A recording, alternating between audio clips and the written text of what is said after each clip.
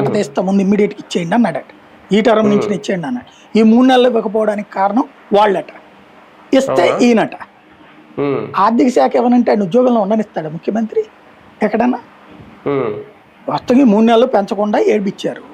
అది కవర్ చేసుకోవడానికి ఇప్పుడు ఇస్తున్నారు. దాన్ని ఎలా కవర్ చేసుకొచ్చారు? అధికారులు తప్పు అనమాట. ఇక్కడ తప్పు చేస్తే అధికారులు, ఒప్పు చేస్తే బాబు గారు. అక్కడ కూడా అంతే, తప్పు చేస్తే అధికారులు, ఒప్పు చేస్తే పవన్ కళ్యాణ్ గారు. అంతే, అంత మించేం లేదు. ఫీజు రియంబర్స్మెంట్ ఇచ్చే విషయంలో మాట్లాడలేదు కానీ ఇవన్నీ పెంచే విషయంలో మాత్రం సీరియస్ అవుతున్నారు. నెట్ ఛార్జీలు కామన్ గా పెంచాలి, ఏడాదికి ఒకసారి. కేంద్ర ప్రభుత్వం పెంచుతుంది, ఇక్కడ పెంచుతారు. దాన్ని కవర్ చేయడానికి ఫస్ట్ 3 నెలలు పెంచలేదు. దాన్ని కవర్ చేయడానికి ఇట్లాంటి ఒక డ్రమటైజేషన్ అనమాట.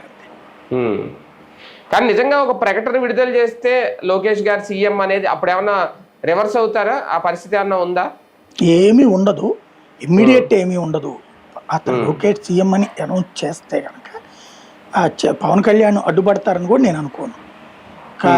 కాకపోతే అయిన తర్వాత ఈయనకి ప్రెషర్ పెరుగుతుంది సొంత పార్టీలో. ఇప్పుడు అది కవర్ చేయడానికే ఈయన పదే పదే దబాయిస్తుంది. నేను వ్యూహంతోనే ఉంటాను, నాకు వదిలేయండి, నేను సేనాని, ఇవన్నీ కూడా మాట్లాడేది. రేపు లోకేష్ సీఎం చేస్తే పవన్ కళ్యాణ్కి ఇష్టం లేకపోతే లోకేష్ సీఎం చేస్తే అడ్డు తిరుగుతాడు.